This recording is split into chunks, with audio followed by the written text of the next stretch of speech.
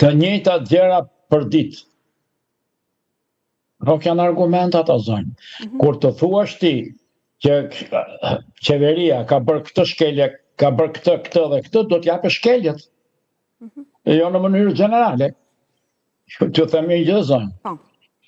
Nuk mund të flitet për shkelje ligjore në mënyrë generale, në mënyrë të përgjithshme. Ka shkelur ligjin. S'ke thënë asgjë. Ku, si dhe çfarë? Në rregull, pra.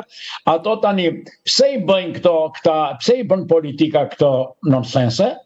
I bën për të bindur atë thuaja trupën e vet elektorale se jo se ka të drejtën të vetë gjë gjykatë kushtetuese.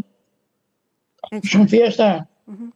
Zotin Gjela, do doja të ndarim bashkë edhe një mendim në lidhje me atë veçpallje që i ka bërë Erion Braçe kandidimit të tij për Bashkinë e Tiranës në zgjedhjet vendore të 2027-s.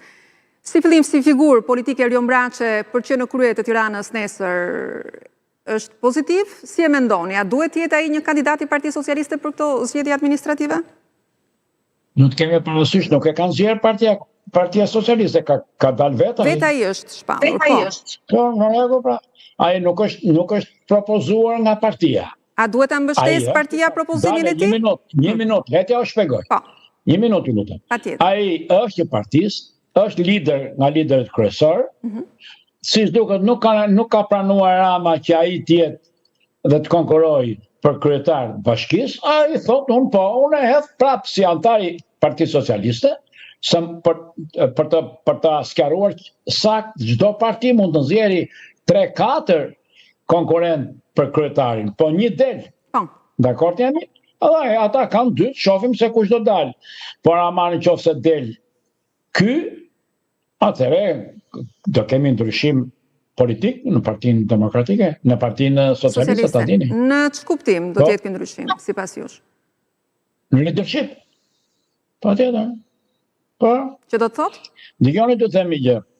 Në qoftë se ky person del kryetar Bashkia e Tiranës, e di kush e ka, cili e ka defektin politik? Rama ndoshta. Rama. Po natyrisht. Atëherë çdo bëj Rama. Po të jetë në perëndim jep dorëheqje. Kryeministri atje nëse është përballë kësaj krize. Po nëse zgjedh me vullnet të lirë? Braçe? Një minutë. Një minutë, le ta mbaroj. Po të jemi në perëndim çdo kryeministër, nëse atje fiton ky dhe jo ai kryeministrit, jep dorëheqjen. Dakord jemi? Tani a ka mundësi që midis